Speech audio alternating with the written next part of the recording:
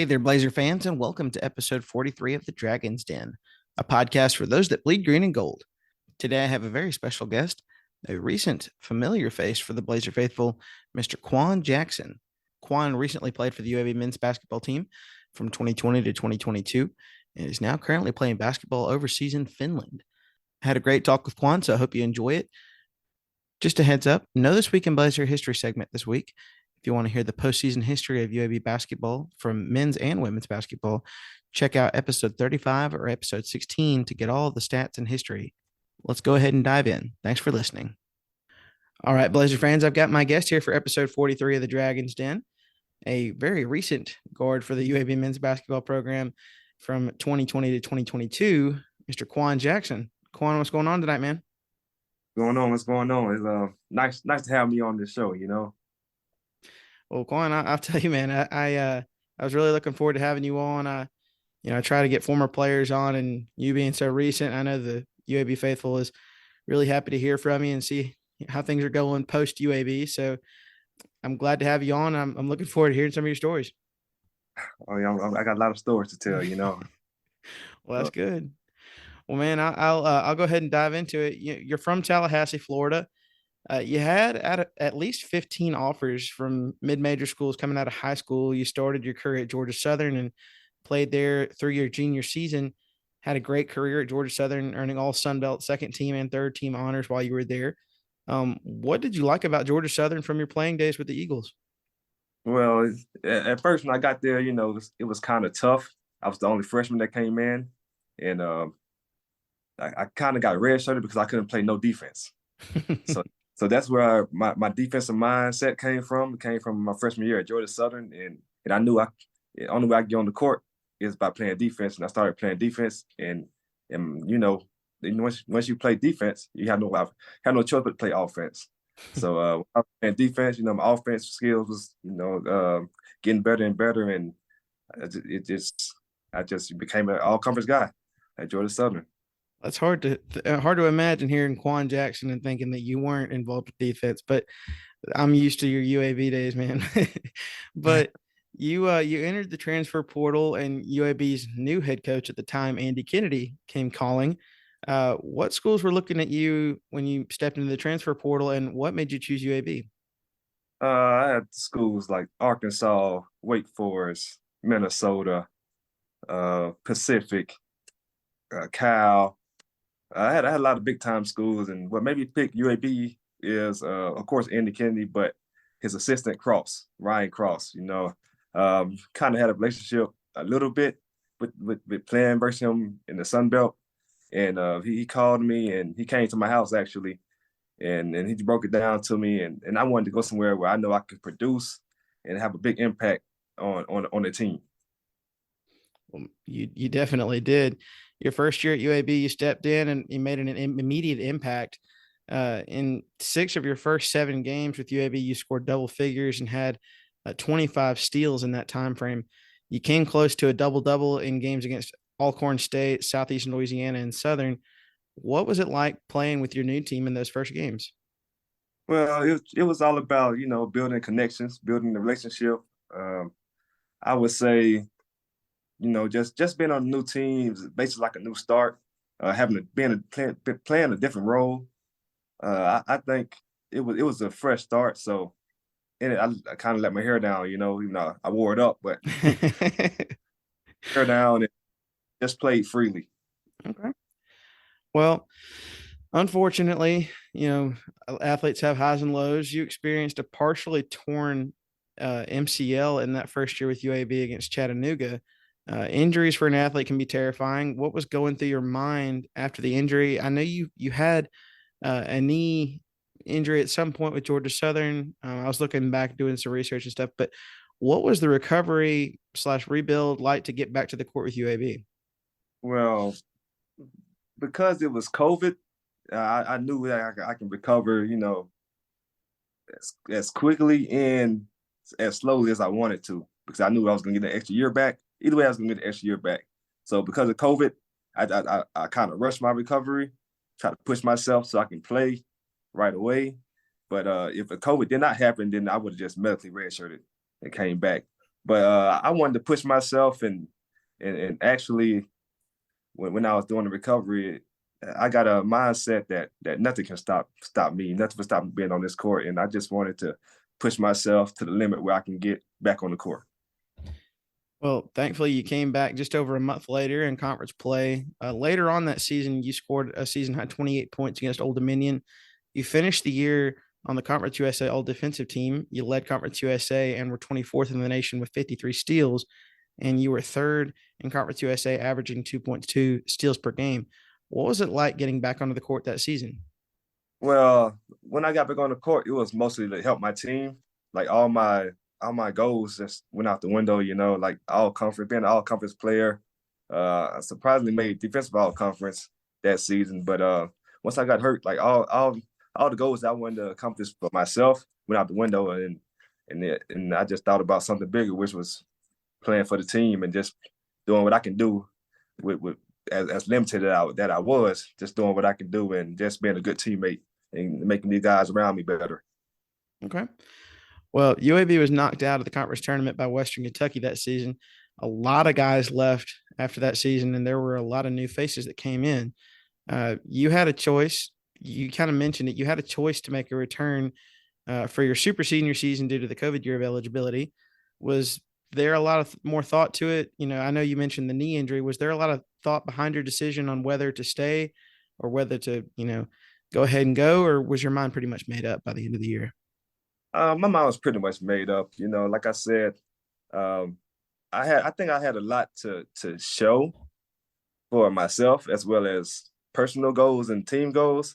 Personal goals, I wanted to be, like I said, all conference guy, and just to play a full season healthy, and get to the win a conference championship and get to the NCAA tournament, which we did, and I'm glad I came back because like that's the best experience that I ever had in college basketball. I wouldn't trade that experience for nothing else in the world. So just coming back and reaching those goals, I would say that it was a no-brainer for me coming back because that's what I wanted to do. Okay. Well, your super senior season, you guys welcomed KJ Buffin, Justin Brown, Tyreek LaCure, Jamal Johnson, Josh LeBlanc, Elijah Tate, Ryan Donahue, AD Diadu, and of course, Jordan Jelly Walker. What was it like having all these new guys join the team? At first it was kind of hard, like we all gotta find a way to connect with each other. Funny story about Jordan. When he first got here, he was shooting shots that nobody really liked it. Like we was all like, "Hey man, he can't shoot these shots now. When the season comes, he can't be shooting these shots. He can't be shooting these shots." And I used to try to talk to him like, "Hey, that's a bad shot. Like that's a terrible shot. Don't shoot that shot." And when the season got here and he shot the same shots and they started going in, and I go to him like, "Hey, don't listen to me. Keep shooting those shots. We need to point in those shots." But it still was time where I tell him, "Hey, that's a bad shot," and then he'll make a better decision the next play and things like that. So he definitely grew especially from last year to this year. He definitely grew in decision making. As far as everybody else, like I said, it was an oddball coming together, and we bumped heads a lot. We bumped heads a lot, but that team was so focused on the ultimate goal. Like we knew what we wanted, and there was no distractions. We got a star. We had a star in Jordan, but everybody else knew their role. Everybody knew if we do this right, then we can accomplish a lot, and that's what happened. So at first, it was a roller coaster, but as the season kept going, we got close to each other, and we had to, we did the unthinkable. All right. But yeah, your final year was a fantastic season for you and the whole team. Just to name a few of your accomplishments, you recorded your first career double double against Middle Tennessee and had four that entire season. You ranked first in Conference USA with 81 steals and second in the league with 2.3 steals per game. Those numbers were also good enough for third nationally in total steals and 10th nationally in steals per game. You finished 10th in Conference USA in defensive rebounds per game, which was 4.77 per game. And you had 21 games scoring in double figures, including a career high 29 points versus Florida Atlantic. You were kind of a Swiss Army knife for UAB with the defensive threat, the offensive weapon, and you cleaned up on the boards. What was it like, being such a big contributor for the team last year? Yeah, if I was saying, like I'm a winner, and I did things where my team put my team in position to win. Like if I have to take this charge, I'm gonna take this charge. If I have to make this three, I'm gonna make this three. I didn't shoot a lot of them, but if I had to make this three, I'll make this three. If I had to get to the free throw line or make this pass, I'll make that pass. Being a contributor for this team was basically, my job because I was that glue guy. I was the one that told everybody where to go, and I was the leader. Trey, most vocal, but I was leader of the team, and I think they played better when I played better. Well, Conference USA tournament rolls around. You defeated you defeated Florida Atlantic. Then you played Middle Tennessee in a crazy triple overtime game. From a player standpoint, what was that game like? From a player standpoint, it was exciting. After beating FAU, we was up a lot on FAU, and they got in that zone and they made a run and kind of made it interesting. And after that game, we all looked around, it was like we really can be beaten. Like we really can be beaten. Like we can't take no team for granted. And to come into the MTSU game, and it was back and forth. The whole game was back and forth, and those be the best games. The one possession games, two possession games, lead change and lead ties. It was just a fun game. And I remember coming to the bench saying, "I'm having fun in this game." Like in the middle of the game, like, I'm having fun playing versus MTSU. And it got to a point where we're not going to overtime. And and it's crazy because I remember Coach Andy Kennedy saying, like, somebody get a hold of Jelly because we was down in the second half. Somebody catch Jelly because he gonna cry his eyes out. This is a game. We don't like MTSU. It's a known fact. Everybody knows it. They don't like us. We don't like them. So that was a big game for us. And to come out on top versus them in the semis was a great feeling. And like I said, it was a big defensive rebound that I dove for, and Jelly hit some big shots. Mike hit some big shots. KJ pinched in. Even Ranji was the glue of that game, though. He was. I do remember that. Yes, he came in and gave us some crucial minutes because I know we were in a lot of foul trouble in that game. Yeah, he is the definition of staying ready. Well, Quan, I'll tell you. You said you were having fun in that game, but I think I can speak for myself and a few other UAB fans. That game probably took about 5 years off my life just because of how much stress I. Oh man. Well, UAB advanced to play in the championship game against Louisiana Tech, a team you struggled with the season before, but you had beaten twice in the regular season of your super senior season. The Bulldogs were led by Kenneth Lofton and Kobe Williams. What was it like playing those guys, and what was the championship game like? I would say the year before, like, we didn't have Jordan. We needed that piece. We need that person that can give offense. That was our biggest struggle, was half court offense. And when Jordan came, it made it easier.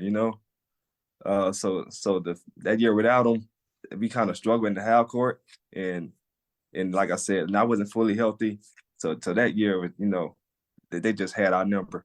And so coming back to the championship year, I just think that we had Jordan, we had the right pieces. We had everybody playing their role, playing their best at the time as well, and we got them. And then in the championship game, we already knew, like, our mindset was we're going to come here, and just beat them, just play harder than them, not just take their life, take their soul, and that's what ended up happening in the championship game. Well, what was the celebration like after winning? For me, it was I really couldn't believe it. I was in shock. I want to say I was basically in shock. I see everybody else running around happy, screaming. For me, it was like I'm quiet. I'm like, uh,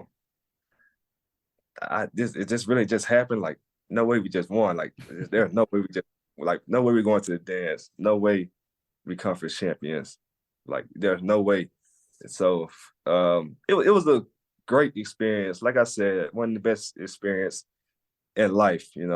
Like if you're a college basketball player, that's what you want. You want to win the conference championship. You want to go to the NCAA tournaments. Like that's what you want to do. And to accomplish that, I I wouldn't trade it for nothing in the world. Well, unfortunately, UAB was paired with a pretty tough first game in the NCAA tournament against Houston, and the season ended. Looking back on your college career, what did you learn the most from it, and how did you evaluate your performance overall? I would say, NCAA, kind of screwed us with the scene versus Houston. Yeah, they did. Oh, one of my professional coaches here, he said the saying today, offense, they sell offense sell tickets, offense sell tickets, defense win games, Mm-hmm. but offense and rebounds win championships, and I'm a firm believer of it. And they had they definitely had the second two. They had the defense, they had the rebounds. So Mm-hmm. and they definitely shot great versus us. So Mm-hmm. they screwed us with that, but we still went in there and thought that we can beat them. We went in there with our heads high, and so that's what I'm proud of. And overall, my college career, overall, like I topped it off. I think I did everything I wanted to do. I got all conference, all defensive team. I probably got 80 to 100 plus wins in college basketball. Got a conference championship banner hanging up. I would say my college career went great. Well, Quan, I got two questions for you. I I sent you the questions earlier today just to kind of get you prepped or just to let you know, but I did want to ask you about two other things that I didn't send you earlier, but um two two really, like, one was just an aspect of your game and the other one was one specific moment. But I was reading back on an old AL.com article, but you it kind of described you perfectly. You were kind of like a defensive back on the floor out there. I remember watching games and it was like, the other team would be setting up on offense, they'd be looking for somebody that was open, and all of a sudden you just came out of nowhere. And it was just like your ability to read when that pass was coming, where it was going to be on the floor. What goes into that, into your, that aspect of your game? I would say it's a little trickery, and it's all about instinct. So some ways that I get my steal, it depends on where I'm at. So if my man is in the corner, I'm hiding behind one of my teammates. That's who on the wing. So they think that corner guy's open, but I'm hiding behind my teammate. So when they throw that, I'm there stealing it. And so that's the trickery. And then just instincts. I got good instincts on when they pass the ball and where the pass is going to be. So that's another good thing. And not get that really from football. I just play football. I also played soccer and baseball. So I feel like playing those other sports help my instincts with basketball, and that will just make me a great steals guy. The one specific moment, and I'm kicking myself for not remembering this, the one game specifically. I know I was there and I've seen the highlight 100 times, but I believe it was against UTEP. But it was that block you made where you just basically went up and snagged it out of the air and threw it back in. What do you remember from that game or from that moment? I remember coming back from injury, and I think it was probably my third or fourth game coming back. And I remember it was Solly Boone, who's now at Xavier, playing great. Yeah. I kudos to him, man. He's a great player. It was Mm-hmm. Solly Boone, and when they kicked it to the corner, I jumped early.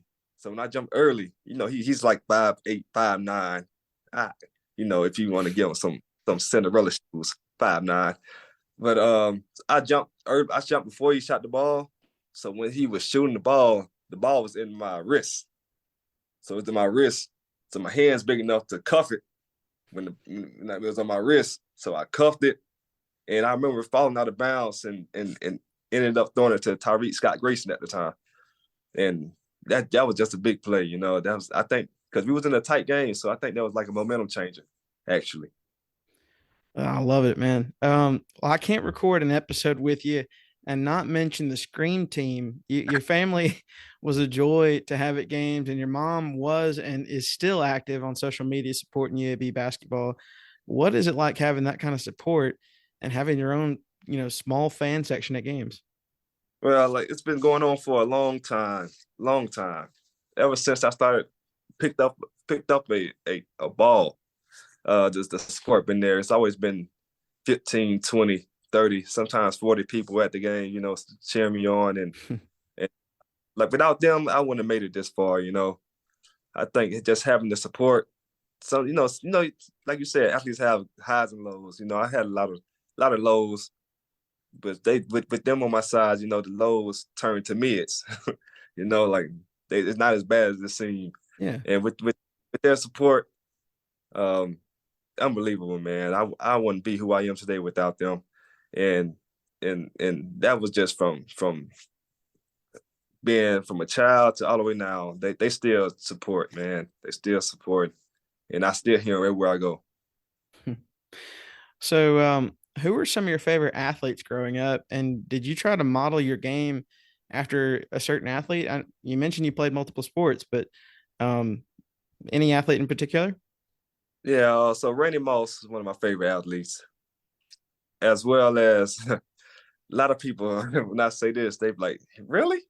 So Chauncey Billups is my favorite basketball player. Okay. Yeah.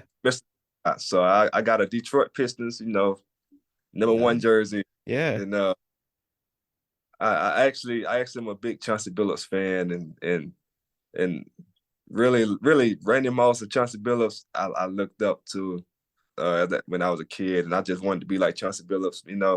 I used to want to be bald headed and everything.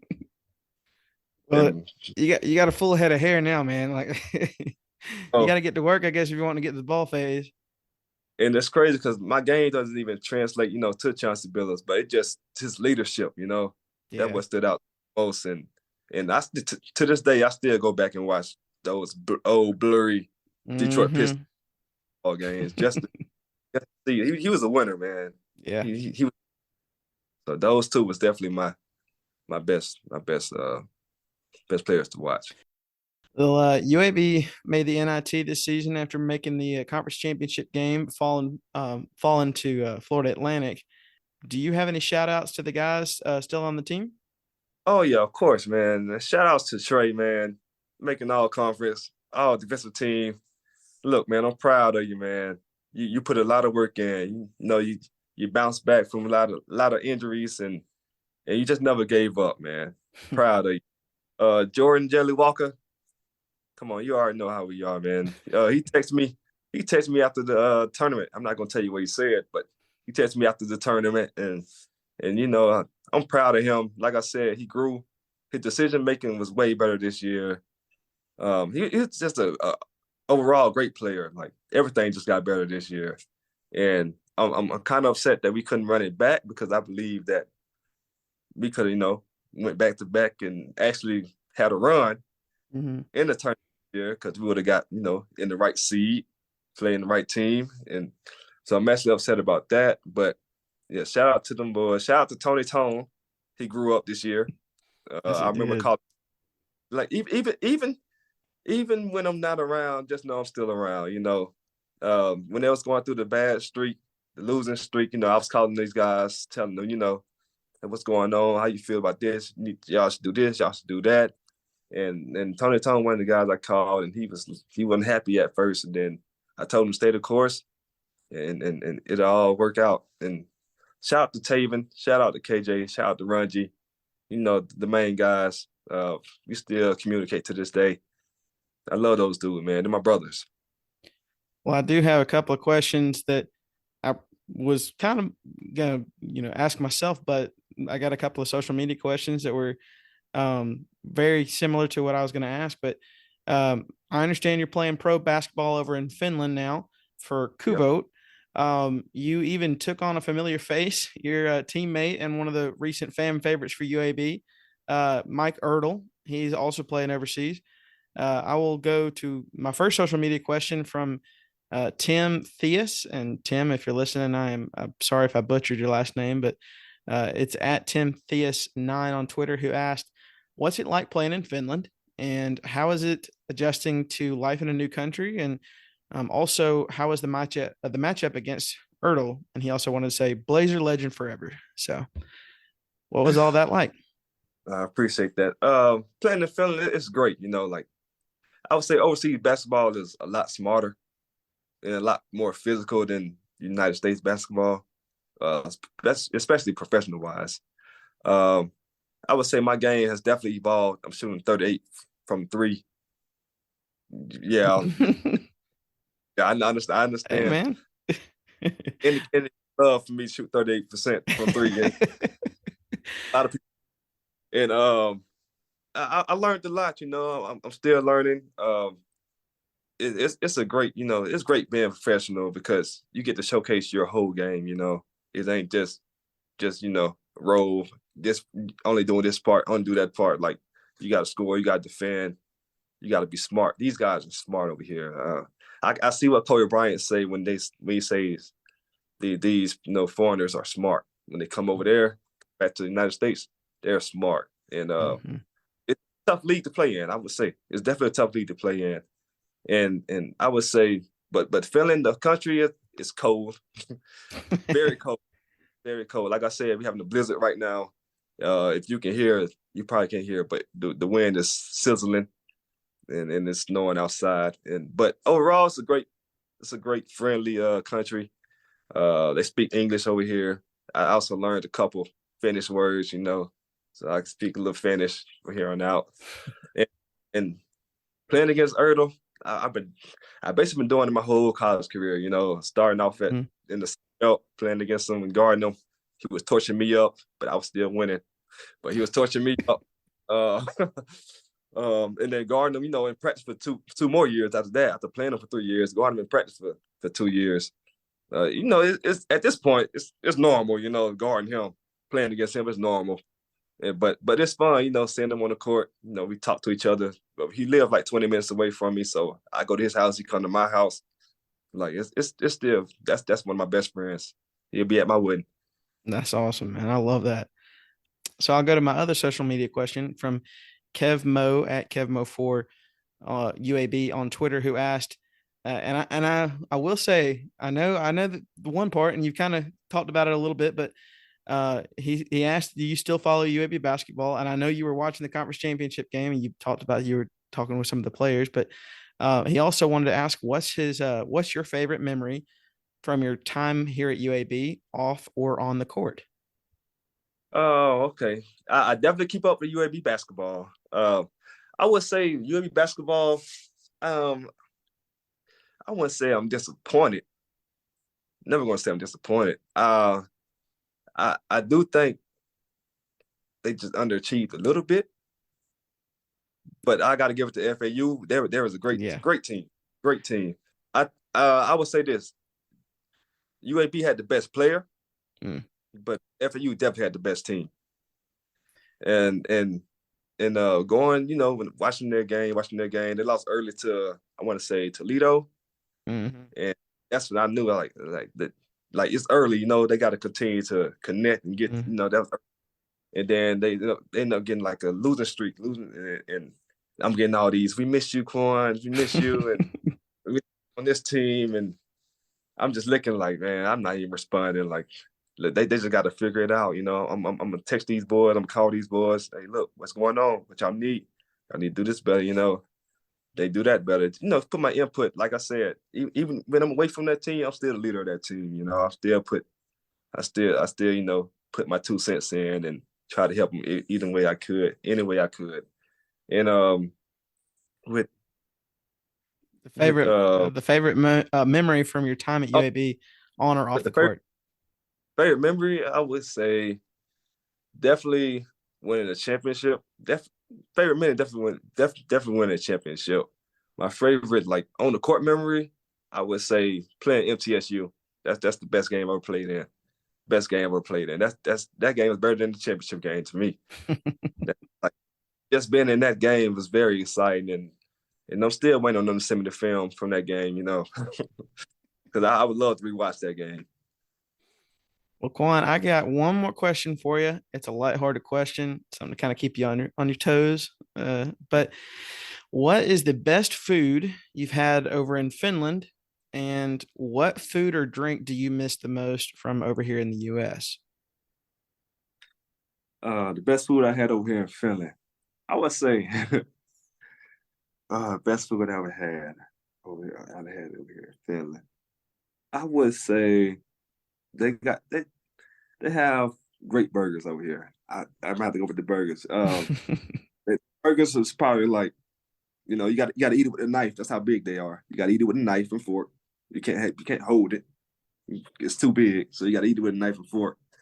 And but it's pretty good. It's I put it over In-N-Out Burger. I put it over Five Guys. I put it over any burger spot back in America. Yeah, Okay. yeah. Pretty good burgers. Pretty good burgers.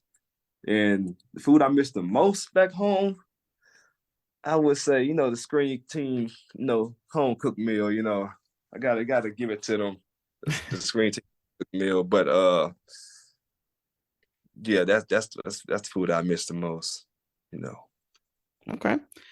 Well, Quan, man, I really enjoyed it. It was good catching up with you. I know we Blazer Faithful misses you. I wish we could have had you for 10 more years, but we gotta.